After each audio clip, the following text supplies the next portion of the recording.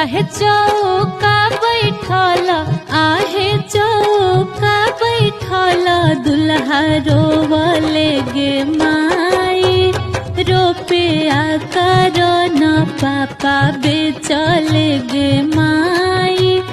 रुपया करन पापा बेचले गे माई आहे कोहबर बैठल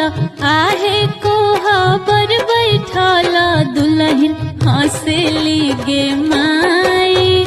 आज पापा नौकर खरीदले गे माई आज पापा नौकर खरीदले गे माई आहे लइका के पापा आहे लइका के पापा भीख मांगा हवे गे माई